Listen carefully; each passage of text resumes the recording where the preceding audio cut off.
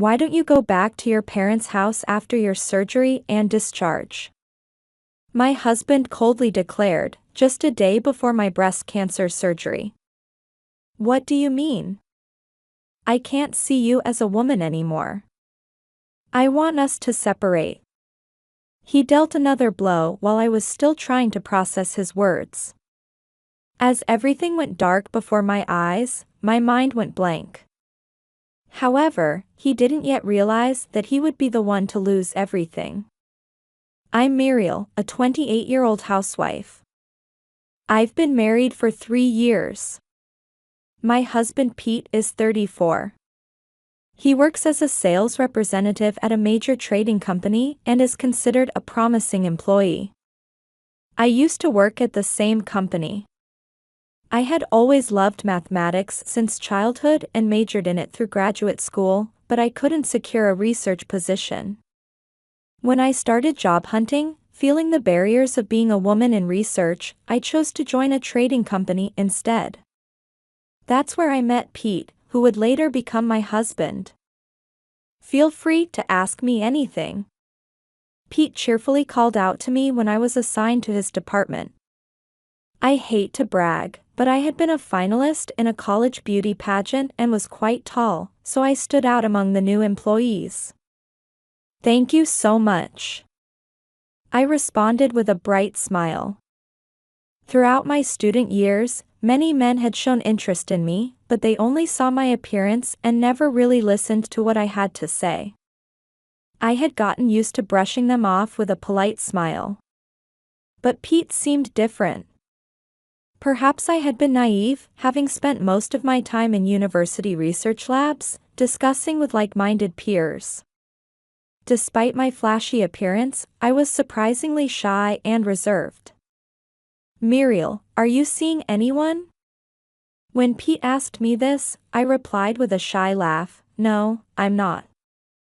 My response seemed to surprise him, and he smiled bashfully.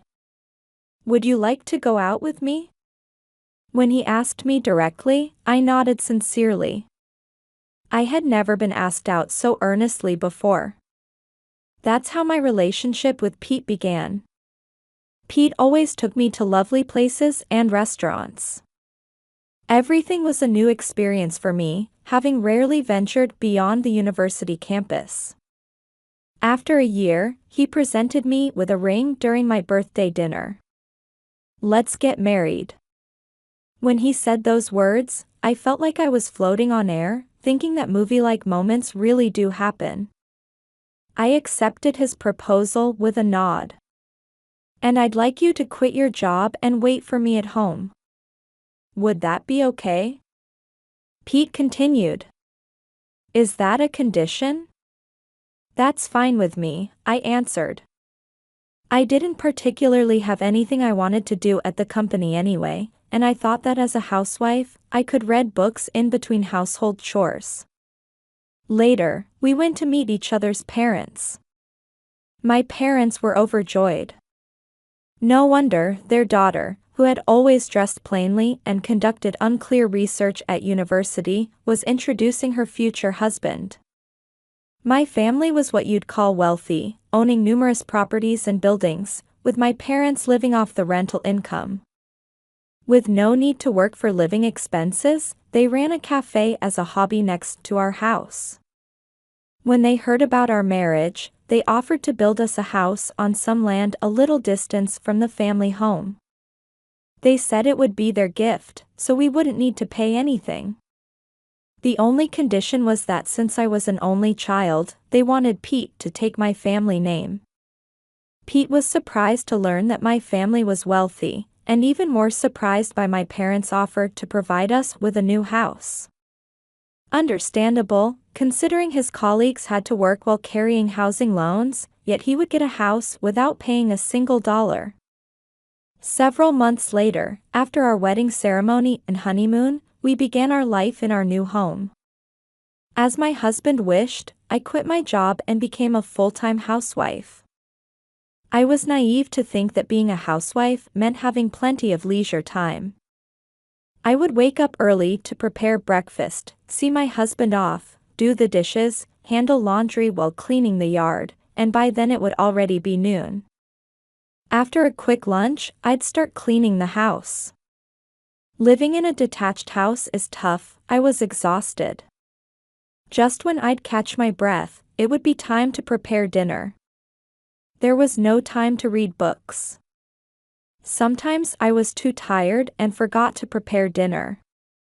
On such occasions, my husband would yell furiously. "I'm tired from work. No dinner or bath ready. What kind of housewife are you?" Even when he said such things, I'm not a robot. There are times when I don't feel well, and when I can't do something, I just can't. "Sorry about earlier," he would say, and then at night, he would sweetly try to initiate intimacy. When I refused, saying, "I'm sleepy, let me sleep," he would immediately become sullen. I would reluctantly give in, just wishing to get some sleep. Still, I convinced myself that this was just how married life was. My husband, working for the trading company, often had overtime work and business trips for import negotiations. During such times, I felt a sense of peace in exchange for the loneliness of being alone. As we entered our second year of marriage, my husband's attitude toward me clearly changed. Previously, even after yelling roughly, he would still show affection, but now he would often just go straight to bed. While he still had frequent overtime and business trips, something felt different. Looking back, that might have been a sign of his infidelity. When I gathered the courage to ask him about it, he replied with an annoyed expression, "I've recently become responsible for new product planning. I'm busy. Could you leave me alone for a while?" At that time, I still believed what my husband said. One night, my husband came home unusually early and sought intimacy with me after a long time. Even I must have been feeling frustrated, as I responded willingly. "Huh? What's this?" my husband said while touching my breast. When I felt it too, there was a hard lump in my left breast. "You're right. There's something there." Since there was no pain, I hadn't noticed it until then. The next day, worried, I searched online for a nearby gynecologist to get checked. Fortunately, there was a well-reviewed hospital nearby, so I immediately made an appointment. On the day of the examination, a kind-looking female doctor greeted me with a smile as I entered the examination room, feeling overwhelmed with anxiety. "Don't worry, it's okay. Could you remove your bra, keep your shirt on, and lie down here?" I lay down on the examination table as instructed. She felt around with her palm, occasionally pressing with her fingers to check for hard spots. Then came the chest X-ray, mammography, and more tests. After that, blood tests and a needle biopsy of the lump for cell testing. When the tests were done, she said, "We won't have all the results today, but I'll contact you when they're ready." Though she was smiling, her face seemed sadder than when I had arrived. That night, I wanted to talk to my husband, but he didn't come home. I spent an anxious night alone. The next day, when my husband returned from work at night, I questioned him about the previous night. Sudden work came up, and I had to prepare documents. "Sorry I didn't contact you," he said. "So? How was the examination?" he asked in a disinterested voice. "The results aren't in yet, but from the doctor's demeanor, it doesn't seem good," I said, tearing up. I was so anxious. "What? It's not okay," my husband said without even looking at me. Did he not care about me anymore? The tears I had been holding back rolled down my cheeks. My husband didn't even notice, absorbed in exchanging messages on his smartphone. I collapsed onto the bed, and when I came to, I had fallen asleep with tears soaking my pillow. Morning light streamed into the room, but my husband was already gone. A few days later, I received a call that the test results were ready. My heart sank. Even though I wanted to talk to someone, my husband hadn't come home since that day. When I entered the examination room, the doctor had a solemn expression. "Please, have a seat," she said. I sat down as told. "We suspect breast cancer. I'll write you a referral to a larger hospital. Which one would you prefer?" the doctor informed me. I was too shocked to think clearly. "Wherever you recommend would be fine," was all I could manage to say. The doctor named the nearest large general hospital. "Yes, please refer me there," I said. At that point, I didn't care where, as long as I could receive treatment. Later, I went to the referred hospital with the referral letter. I underwent another round of tests, including an EKG and lung examination this time. Apparently, they needed to check if I had enough strength for surgery. After that came the consultation. "Would you like to know all the test results?" the doctor asked quietly. "Of course, please tell me everything without hiding anything," I answered. "In that case, please come back with your family another day to discuss the detailed symptoms and treatment plan," the doctor said. Yes, I nodded, thinking I needed to tell my husband and parents. When my husband finally came home, I told him about it. Do I have to go too? I'm busy with work." "Wouldn't just your parents be enough?" he said dismissively. "Don't you care about my health?" I wanted to scream. "Please don't say that. I want you to hear it with me," I managed to whisper, my voice trembling. "Fine. I'll try to arrange something," my husband reluctantly agreed. The next day, I visited my parents' cafe and asked them to come hear the diagnosis with me. I had told them about getting tests due to health issues, but when they heard my story, I saw them more distraught than I'd ever seen before. "But it's curable, right? You'll be okay, right?" my mother asked, on the verge of tears. I couldn't answer such questions because I didn't know. We were supposed to hear about the treatment together as a family. I arrived at the hospital a bit early with my parents on the appointed day, feeling compressed by stress, and waited for my husband to arrive. However, there was no sign of him coming no matter how long we waited. I tried calling his cell phone. "Oh, was that today? Sorry, but I have an important meeting coming up," he said. How could this be? I had definitely told him about it. Had he not been listening? "Where's Pete?" my father asked worriedly. "He has sudden work. Can't be helped," I answered with a forced smile. I knew it looked unnatural, but I had no choice. The conclusion was that I had breast cancer. The word cancer from the doctor's mouth was heavier than I had imagined. My feet felt heavy on the way home. "It's breast cancer," I told my husband when he returned from work. "Oh, is that so?" he replied coldly. How could he be so indifferent when his wife had such a serious illness? "And I'm having surgery the week after next. I might lose my left breast," I managed to say, suppressing the urge to cry. "Can't be helped if it's an illness, right?" my husband said lightly. "Is that all? Are you really okay with what's happening to me?" I couldn't help but cry out to my husband, then locked myself in the bedroom. From that day on, my husband didn't show his face. I cried every day from anxiety. Accompanied by my parents, I entered the hospital on my admission day. Would my husband not come even on a day like this? The thought made me sad again. Then, on the day before surgery, my husband suddenly appeared in my hospital room. I thought he had finally become worried and come to visit, but I couldn't believe the words that came out of his mouth. "After your surgery and discharge, go back to your parents' house.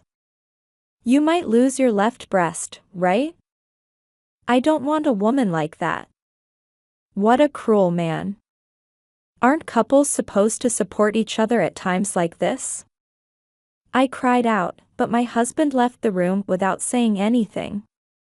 I wondered if I would be okay having surgery with such feelings.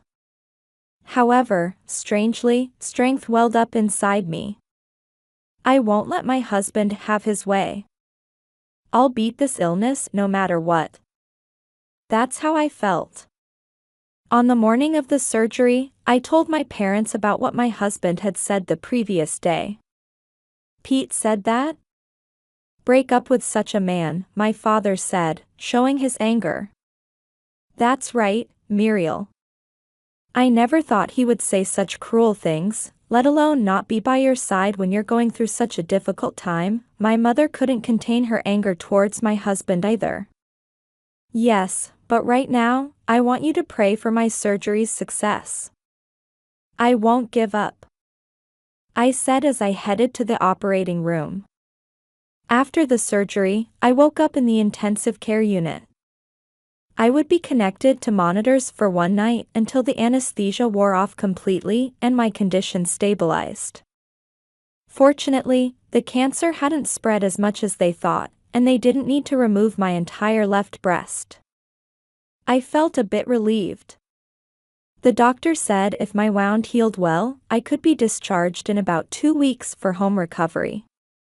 However, about a week after moving to the general ward, I suddenly received a call from my mother.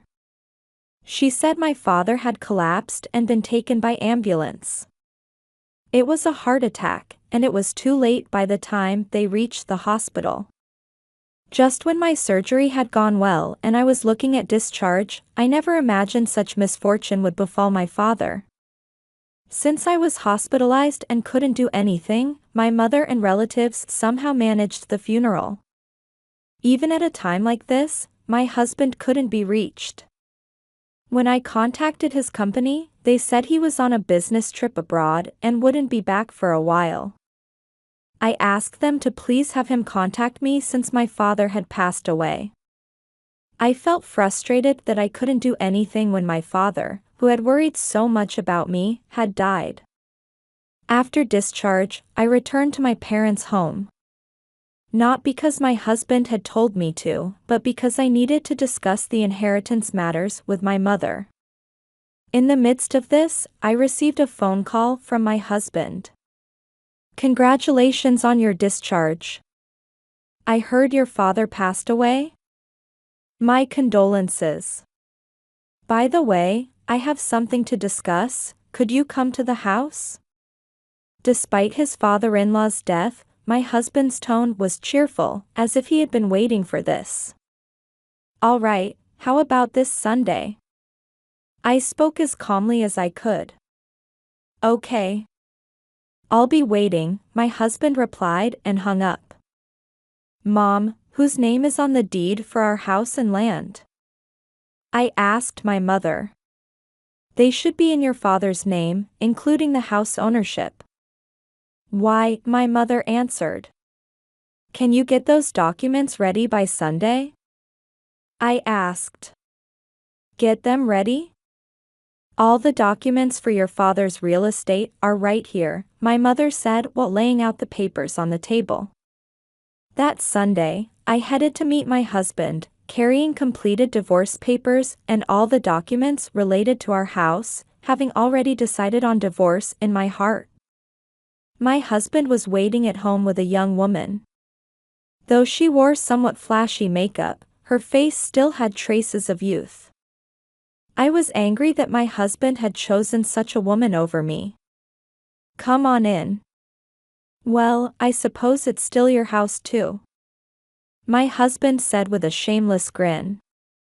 This is what you want, right? I held out the divorce papers to my husband. You catch on quick. Makes things easier.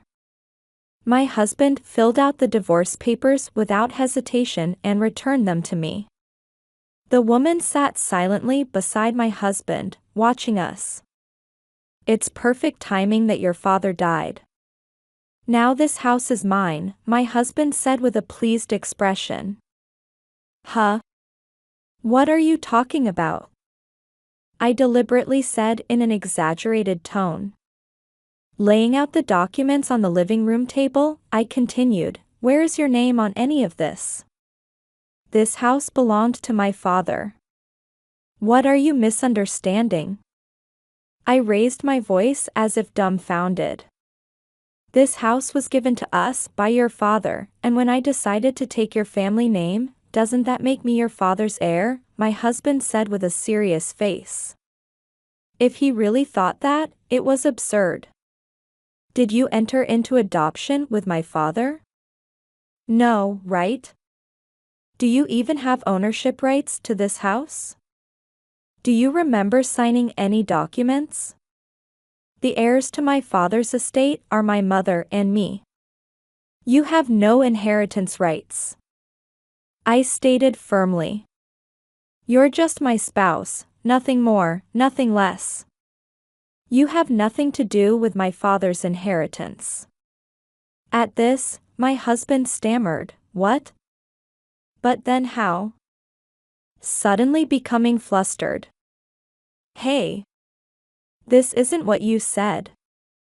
You told me you'd divorce your wife and we could have the house, that's why I went along with you. The woman sitting beside my husband angrily pouted. I have your signed divorce papers, and once I submit these to the city office, we won't be husband and wife anymore. You're free to marry this woman. But about this house that I'm set to inherit, what are you two planning to do? When I waved the divorce papers while speaking, my husband collapsed to his knees on the spot. Well, if you want to keep living here, I could sell it to you. However, land prices in this area have gone up, so it won't be cheap. I said deliberately cheerfully. My husband suddenly looked up and asked, how much? Yeah. If you can afford it, just buy it. Buy it, the woman said while nudging my husband's side. How about around $1 million for the house and land? I had meant to exaggerate a bit, but property values in this area had risen. If we actually got an appraisal for the land and house combined, it would probably come to about that much. $1 million? There's no way I can pay that. Are you kidding? That's extortion. It's way too expensive, my husband and the woman cried out in anguish. If you think it's too high, feel free to consult a real estate appraiser. But I don't think it's as cheap as you imagine, I declared firmly. Perhaps overcoming surgery had given me courage. For someone who used to be so timid, I surprised myself with my assertiveness. People really can change. You're something else, you know that? Did you think that just because you took my family name, you'd automatically get my father's assets? You really don't know anything, do you? I said, mockingly scorning my husband's ignorance. Okay, I apologize. I'm sorry. The divorce thing was just a joke. She's just a fling. So don't take it seriously, okay? My husband suddenly started speaking in a fawning, sweet voice. How awful. What's going on? You told me you'd divorce your wife and marry me so we could live in this house. Was that all a lie? The woman glared at my husband angrily. You said you were going to divorce your wife and that this house was yours. Everything you told me was completely different. The woman's face was red with anger. You said you had no use for a woman who lost her breast, right? Go live with that woman. You two deserve each other. I coldly dismissed my husband. Then I added, oh, I'll give you a week to decide. If you're going to leave, then leave quickly. Anything left after that, I'm throwing away. Good luck with that. I left the house with those parting words. I could hear a high-pitched voice berating my husband and the sound of something breaking from inside, but that wasn't my concern. I figured I'd bill them later for anything they broke. I submitted the divorce papers to the city office. I didn't hesitate at all. I thought I should have gathered evidence of his affair and demanded compensation, but I didn't want anything more to do with such a man. I do think that if I hadn't stayed cooped up in the university lab and had learned more about the real world, I might not have fallen for such a superficial man. Though I worry about cancer recurrence, I won't give up. Life is just beginning.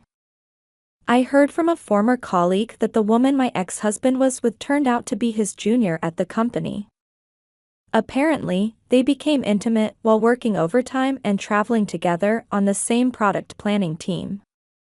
When word of this reached upper management, they were both removed from the team and transferred to different departments. The woman, unable to bear the office rumors, resigned. My ex-husband was assigned to inventory management at an import warehouse near the port, where he now spends his days doing warehouse rounds.